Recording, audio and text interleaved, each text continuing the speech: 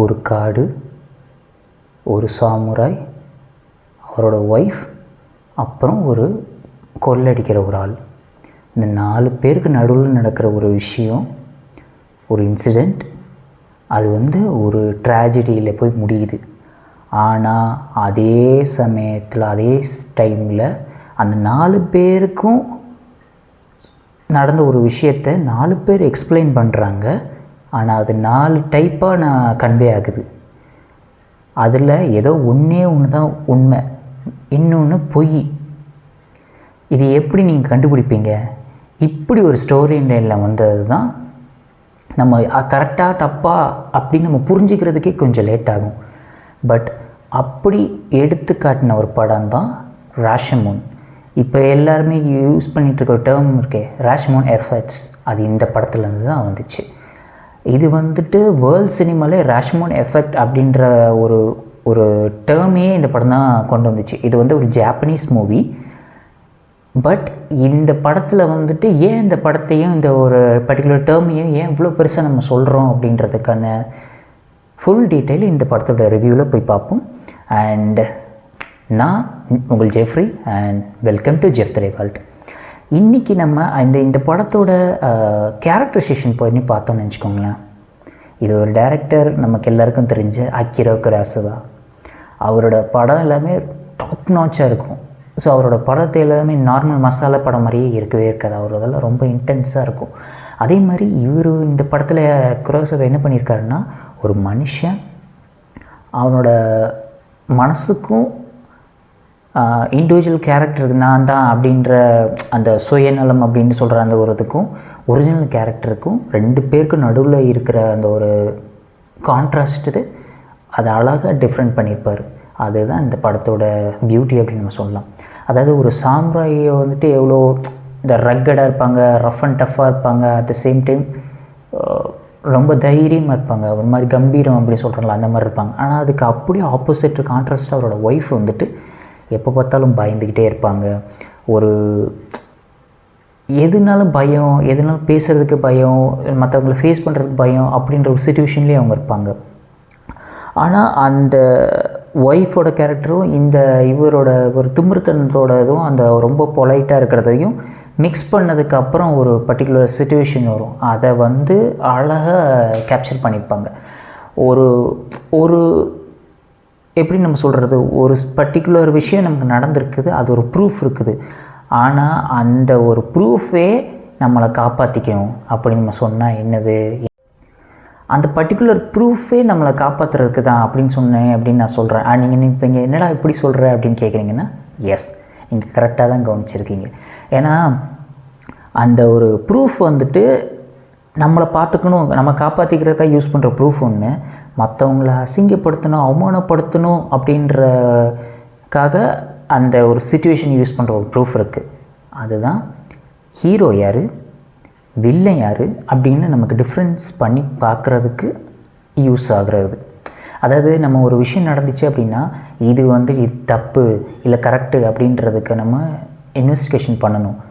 ஆனால் இன்வெஸ்டிகேஷன் பண்ணலை. ஆனால் அதுக்கு பதிலாக அந்த தப்பு பண்ணவனோட மனசே, மனசாட்சின்னு சொல்கிறாங்களா, அதுவே ஒரு கோர்ட் ஆகி, அதுவே ஒரு ஜட்ஜ் ஆகி, அதே ஒரு ப்ராசிக்யூஷன் பண்ணி, ப்ராசிக்யூஷன்ஸ் அண்ட் ஆப்போசிட் பர்சன்ஸ் இதெல்லாமே பண்ணி ஒரு ஆக்சுவல் கோர்ட்டில் என்ன நடக்குமோ அதெல்லாம் அவன் மனசுக்குள்ளே போயிட்டு இருந்தால் நம்மளால் நிம்மதியாக இருக்க முடியாது.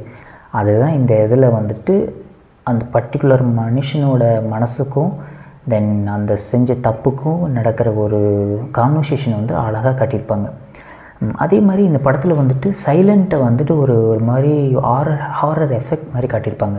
எப்படி நம்ம சொல்லணும்னா, அதுதான் அந்த படத்தோட பெரிய ப்ளஸ் பாயிண்ட் அப்படின்னாலே அதோட யூஸ் பண்ண செட்டு தான். செட்டுன்னு சொல்கிறத விட அந்த ஒரு லொக்கேஷன், செட்டு கிடையாது, அது ஒரு லொக்கேஷன். இந்த படத்தை இந்த ஒரு இடத்துல செட் அதை யூஸ் பண்ணிக்க லொக்கேஷன் அந்த காடில் யூஸ் பண்ணியிருப்பாங்க. ஒரு ஃபாரஸ்ட்டுக்குள்ளே எப்படி இருக்குது அப்படின்றத அழகாக காட்டியிருப்பாங்க. அந்த காட்டில் நார்மலாக ஃபாரஸ்ட்னா என்ன, காடுன்னு என்ன இருக்கும், மரம் தான் இருக்கும்.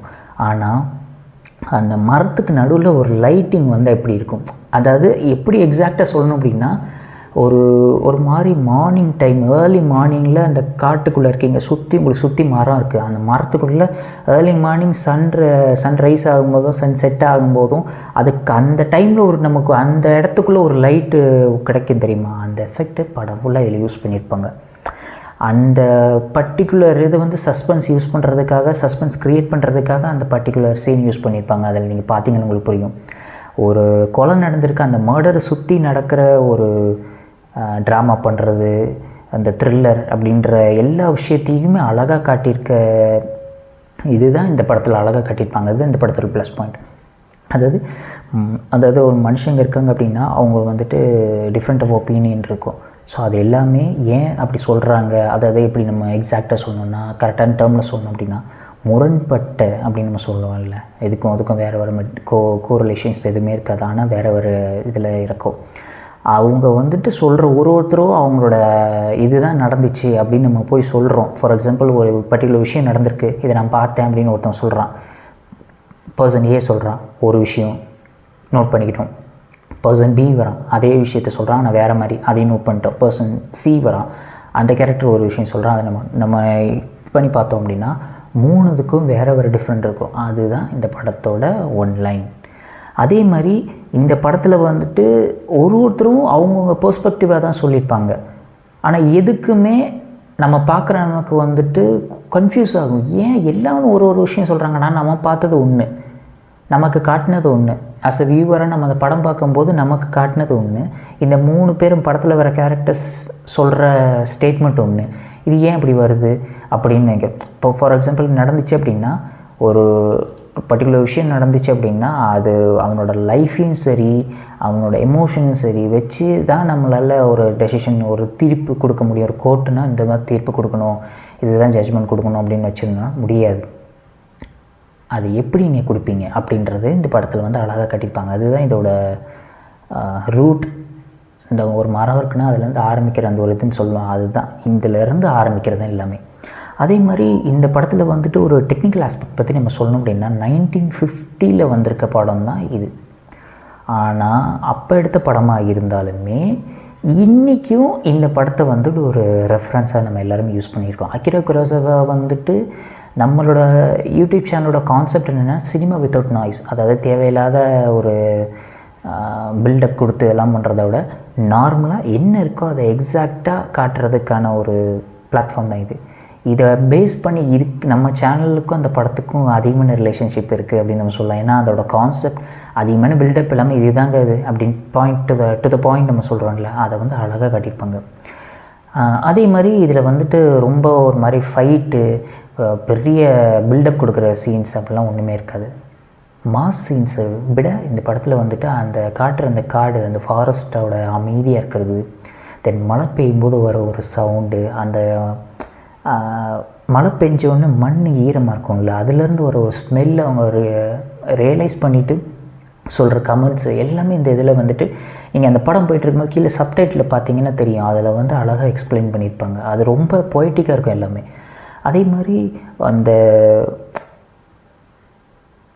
நான் சொன்ன மாதிரி அந்த ஒரு சீனு, அந்த ஒரு காடு, அப்புறம் அந்த இருக்கிற விஷயம், அதுதான் அந்த ஸ்டோரியே தள்ளிட்டு போகுது. அது பர்டிகுலராக கிளைமேக்ஸில் வரும்போது, கிளைமேக்ஸ் கிட்ட வர உங்களுக்கு ஒரு சீன்ஸ் ஃபஸ்ட்லேருந்து கடைசி வரைக்கும் ஒரு இன்சிடென்ட் நடக்க மாதிரி இருக்கிற சிச்சுவேஷன் காட்டுறதும் போக ஒரு ட்விஸ்ட்டாக அவங்களுக்கு ஓப்பன் பண்ணிகிட்டே வருவாங்க. அது ரொம்ப ரொம்ப நல்லாயிருக்கும். அதே மாதிரி ஒரு உண்மை அப்படின்றது ஒரு பெரிய ஒரு எப்படி சொல்கிறது, ஒரு பவுல் இருக்குது அப்படின்னா அந்த பவுல் மேலே ஒரு அழுக்கு வந்து கரை மாதிரி ஆயிடுச்சுன்னு அப்படி இருக்கும். அது இது பண்ணி தான் எடுக்கணும், அதை எடுக்கிறது கஷ்டமாக இருக்கும். அப்படி தான், அதுதான் உண்மைன்றது ஒருத்தனோட மனசுலேருந்து எடுக்கிறதுக்கு அவ்வளோ கஷ்டமாக இருக்கும் அப்படின்றத இந்த படத்தில் அழகாக எக்ஸ்பிளைன் பண்ணியிருப்பாங்க.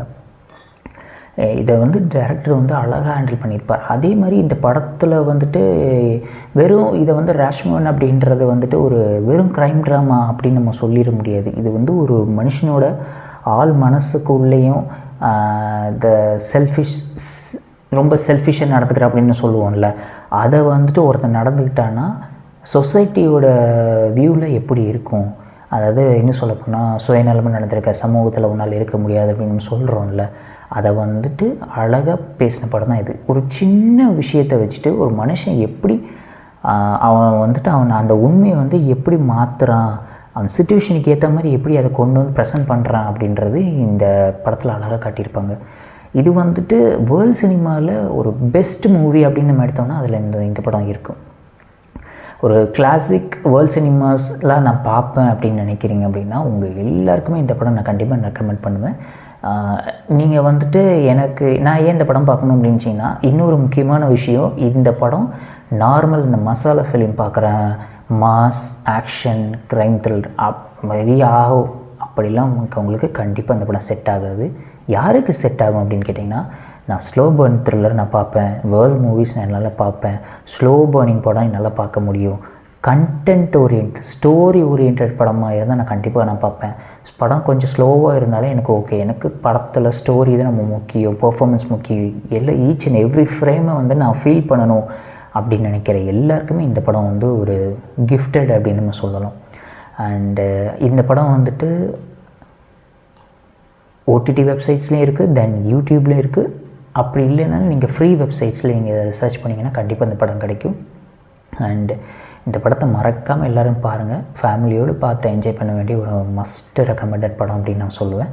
அண்டு இந்த படம் வந்துட்டு எனக்கு ரொம்ப ரொம்ப பிடிச்சிச்சு. ஸோ உங்களுக்கும் பிடிக்கும் அப்படின்னு நான் நம்புகிறேன். ப்ளீஸ் எல்லோரும் அந்த படத்தை பார்த்து என்ஜாய் பண்ணுங்கள்.